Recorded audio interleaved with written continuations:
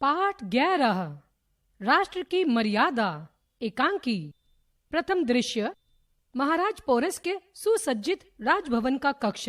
सुसज्जित विशाल दालान में दूध सी सफेद चादर बिछी है। तख्त पर बहुमूल्य कालीन बिछी है। दीवारों पर राम कृष्ण आदि के अत्यंत सुंदर चित्र लगे हैं। एक और खूंटियों पर कुछ शस्त्रास्त्र लटक रहे हैं। अमात्य, सामंत, सेनापति और कुछ दरबारी बैठे हैं। सामने दीवार के साथ एक बड़े सिंहासन पर महाराज पोरस बैठे हैं। उनकी अवस्था लगभग 40 वर्ष की होगी, परंतु उनके मुखमंडल पर वीरोचित तेज झलक रहा है। मस्तक पर तिलक लगा है। पात्र परिचय: पोरस झेलम का शासक, सिकंदर यूनान का महान विजेता, सेनापति पोरस का सेनापति, अमात्य पोरस का अमात्य, सामंत पोरस का सामंत, सेनापति। महाराज, मुझे तो सिकंदर की नियत ठीक प्रतीत नहीं होती। धोखे और छल को ही इन यूनानियों ने विजय का मुख्य साधन मान रखा है। पोरस: ठीक कहते हो सेनापति जी, परंतु इस बात से इनकार नहीं किया जा सकता कि सिकंदर वीर सेनानी भी है। सेनापति: हाँ महाराज, परंतु उसने ईरान, गांधार आदि में जिस ढंग से विजय प्राप्त की उसे वीरोचित नहीं कहा जा सकता। सुना है कि डेरियस के दुर्ग को वश में करने के लिए सिकंदर ने छल से काम लिया। पोरस: सुना तो ऐसा ही है, परंतु आप एक बात भूल जाते हैं कि प्रेम और युद्ध में सब कुछ उचित होता है। स्वयं सावधान रहना चाहिए। यदि शत्रु परिस्थिति से लाभ नहीं उठाता तो वह मूर्ख है, और हम सावधान नहीं रहते तो दोष हमारा है। राष्ट्र के कर्णधारों को सर्वथा सावधान रहना चाहिए। हार कर शत्रु को कोसना मूर्खता है। सेनापति: परंतु फिर भी। अमात्य: महाराज ठीक कहते हैं। कदाचित इसीलिए कौटिल्य कहते हैं शठे शात्यम समाचरेत, अर्थात दुष्ट के साथ दुष्टता ही बरतना चाहिए। सेनापति: परंतु। पोरस: परंतु वरंतु कुछ नहीं सेनापति।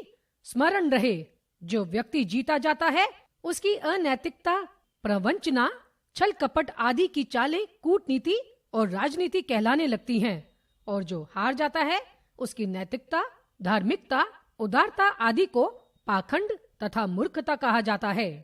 सेनापति: कौटिल्य का क्या कहना, वे तो हैं ही आचार्य। पोरस: कौटिल्य अत्यंत बुद्धिमान, राजनीतिज्ञ और बड़े देशभक्त एवं राष्ट्रहित चिंतक हैं। सामंत: परंतु उनकी सबसे बड़ी कठिनाई यह है कि वे मगध सम्राट महापद्मनंद के विरुद्ध चंद्रगुप्त के समर्थक हैं। उन्हें इस समय सिवा नंद वंश के उन्मूलन के और कुछ सूझता ही नहीं। पोरस: फिर भी उनकी देशभक्ति और राष्ट्र प्रेम प्रशंसनीय है। वे नंद वंश का उन्मूलन तो चाहते हैं, परंतु विदेशियों के द्वारा भारत का ऐत किसी प्रकार सहन नहीं कर सकते। अमात्य: महाराज, हमें अतिशय सावधानी से काम लेना चाहिए। जहाँ तक मैं समझता हूँ, सिकंदर के साथ हमारा युद्ध अनिवार्य है। सामंत: महाराज, यदि संभव हो तो हमें साम दाम आदि से युद्ध को टालना चाहिए और देश को नरसंहार से बचाना चाहिए। पोरस: मैं भी यही चाहता हूँ, परंतु यदि साम दाम आदि से काम न चले तो? सिकंदर के साथ साम और दाम की नीति के प्रयोग का अर्थ होगा आम्भिक के समान उसकी अधीनता स्वीकार करना तथा राष्ट्रहितों को उसके हाथ बेच देना। हम साम दाम का प्रयोग करके मातृभूमि को आतताई आक्रमणकारियों के हाथों नहीं बेच सकते। सामंत: महाराज, हमारा अभिप्राय केवल नरसंहार को रोकना है, और वह भी यदि संभव हो तो।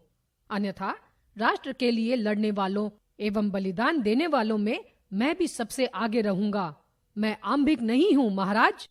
पोरस: आपके वचनों को सुनकर मैं बहुत प्रसन्न हूँ। मुझे विश्वास है कि देश की सेवा में आप किसी से पीछे रहने वाले नहीं। मैं भी युद्ध का समर्थक नहीं हूँ, परंतु कभी कभी ऐसी परिस्थितियां उपस्थित हो जाती हैं जब राष्ट्र को युद्ध में कूदना पड़ता है। उस समय राष्ट्र के मान अपमान, मर्यादा और रक्षा का प्रश्न होता है। तब राष्ट्र के लिए जीवन दान भी तुच्छ प्रतीत होता है।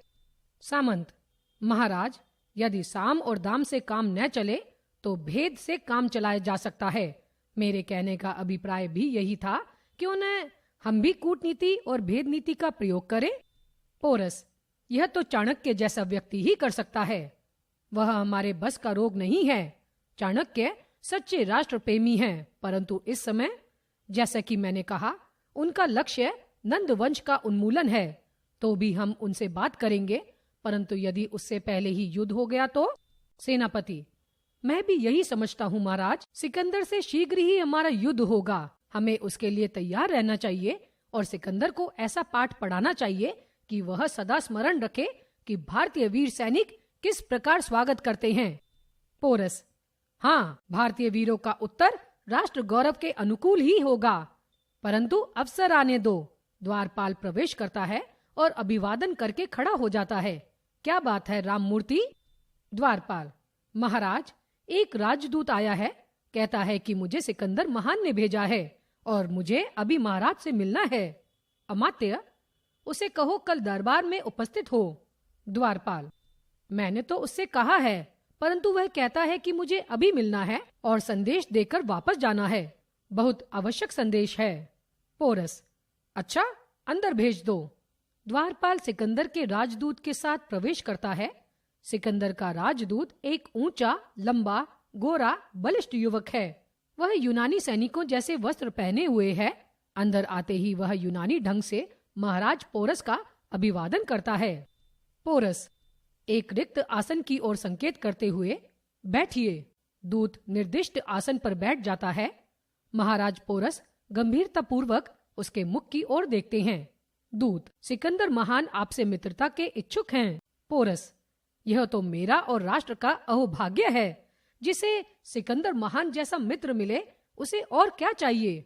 दूत, इसीलिए उन्होंने मुझे सेवा में भेजा है। उनका आग्रह है कि आप उनकी मित्रता के हाथ को स्वीकार करें, उससे पीछे हटने के लिए बाध्य न करें। पोरस, तो इसे विजेता सिकंदर की मित्रता का आग्रह माना जाए या उनका राजसी आदेश? दूत, यह आपकी इच्छा पर निर्भर है। पोरस दूत के मुख को देखते हुए, हम विजेता सिकंदर के आभारी हैं, परंतु मित्रता तो प्रेम के आदान प्रदान से होती है, आग्रह या आदेश से नहीं। दूत, परंतु मैं आपको सुझाव दूंगा कि उनकी मित्रता को स्वीकार करें, चाहे जैसे। पोरस नम्र परंतु दृढ़ शब्दों में, आप अपना सुझाव न दीजिए, अपने स्वामी का कहिए। दूत, वही तो कह रहा हूँ। पोरस, अच्छा, यह कहिए कि आपके स्वामी इस मित्रता के उपलक्ष्य में हमसे क्या आशा रखते हैं। दूत, कुछ अधिक नहीं, वे केवल यह चाहते हैं कि आप उन्हें आगे बढ़ने में मार्ग दे दें। वे भारत विजय के लिए और इसलिए मगध साम्राज्य पर आक्रमण करके उसे जीतना और भारतवर्ष को अपने अधीन करना चाहते हैं। इससे आप महान विजेता सिकंदर के विश्वसनीय मित्र तथा विशेष कृपा पात्र बन जाएंगे। पोरस, दूत, उनके दरबार में आपको सम्मानित स्थान प्राप्त होगा। पोरस, और यदि हम आपके स्वामी की मित्रता को अस्वीकार करें तो? दूत आश्चर्य से महाराज की ओर देखता हुआ, ऐसा नहीं हो सकता। पोरस, क्यों नहीं हो सकता? दूत, तो आपको सिकंदर महान का कोप भाजन बनना पड़ेगा। आप उनकी शक्ति को नहीं जानते। उसने संसार के कितने ही बड़े बड़े राज्यों को नष्ट कर दिया है। वही दशा आपके राज्य की भी होगी। पोरस, तो आप हमारी ओर से अपने विजेता स्वामी से कह दें कि हमें उनकी मित्रता की शर्त स्वीकार नहीं है। हम देश के साथ द्रोह नहीं कर सकते। मातृभूमि भारत को विदेशियों से पद दलित होते हुए नहीं देख सकते।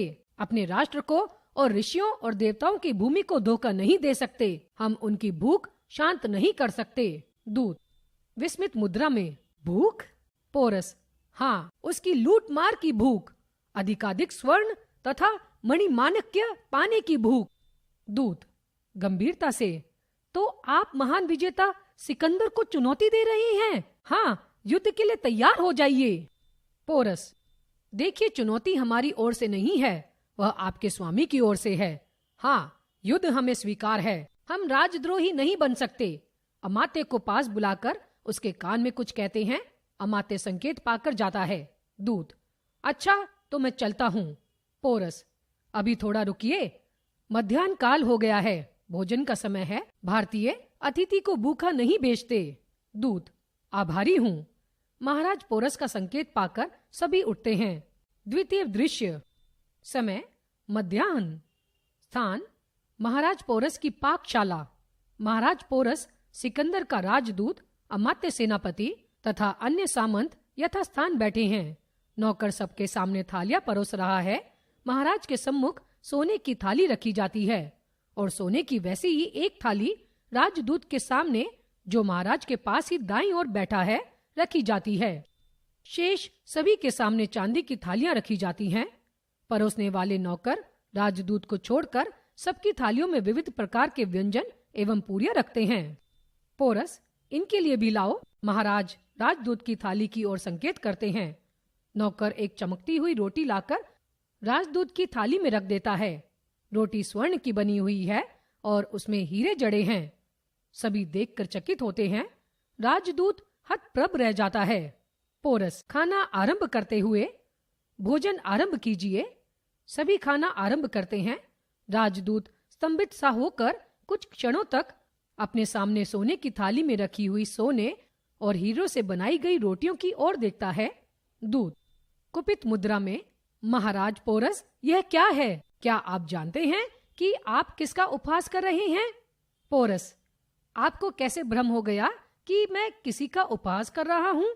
दूत कुपित, यह उपहास नहीं तो क्या है? आप स्वयं तो भोजन कर रहे हैं और मेरे सामने सोने की रोटी बनवा कर रख दी। यह उपहास नहीं, अपमान भी है।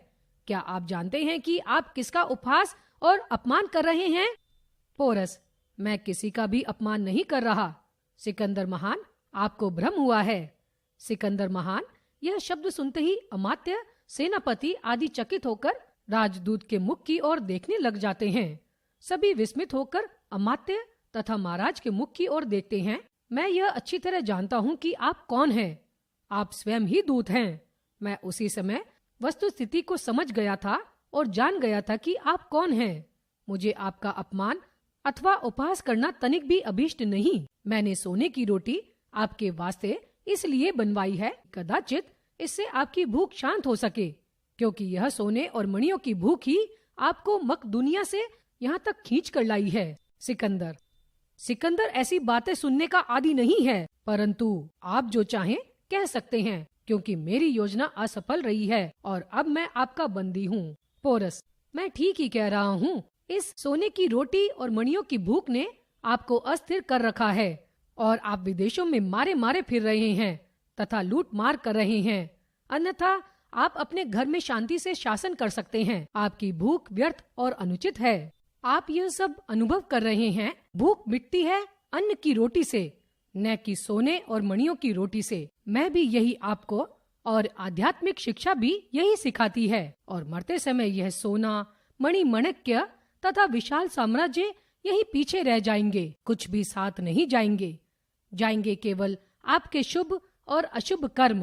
भारतीय आचार्य इन बातों की सबसे पहले शिक्षा देते हैं और शासकों को संतोष का पाठ पढ़ाते हैं। सिकंदर, पोरस, अब आप भी हमारी तरह स्वादिष्ट भोजन करेंगे। नौकर को संकेत करते हैं, जो तुरंत भोजन का एक बड़ा थाल लाकर सिकंदर के सामने रख देता है।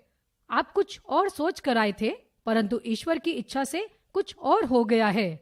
आप सचमुच अब मेरे बंदी हैं और मैं आपसे जैसा व्यवहार चाहूं कर सकता हूं। ठीक है ना? सिकंदर, इसमें अब कहने सुनने की बात ही क्या है? पोरस, परंतु मैं आपको बंदी नहीं समझता। आप तो राजदूत हैं ना? अट्ठास करते हैं। आप राजदूत बनकर मेरे पास आए हैं। वहां मैंने आपसे अपने राष्ट्र के गौरव और सम्मान की बात कही थी और आपसे निवेदन किया था कि हम अपने देश के साथ द्रोह नहीं कर सकते। आपकी युद्ध की चुनौती को हम स्वीकार करते हैं। अब आप हमारी राष्ट्र मर्यादा भी देखेंगे। हम अतिथि राजदूत को यथासंभव बंदी नहीं बनाते और न ही उसका वध करते हैं। इसलिए आप स्वतंत्र हैं। सिकंदर आश्चर्य से महाराज पोरस की ओर देखता है। हाँ, मैं ठीक कह रहा हूँ। उल्टे अब हमारी सीमाओं के अंदर आपकी सुरक्षा का भार हमारे ऊपर पड़ गया है।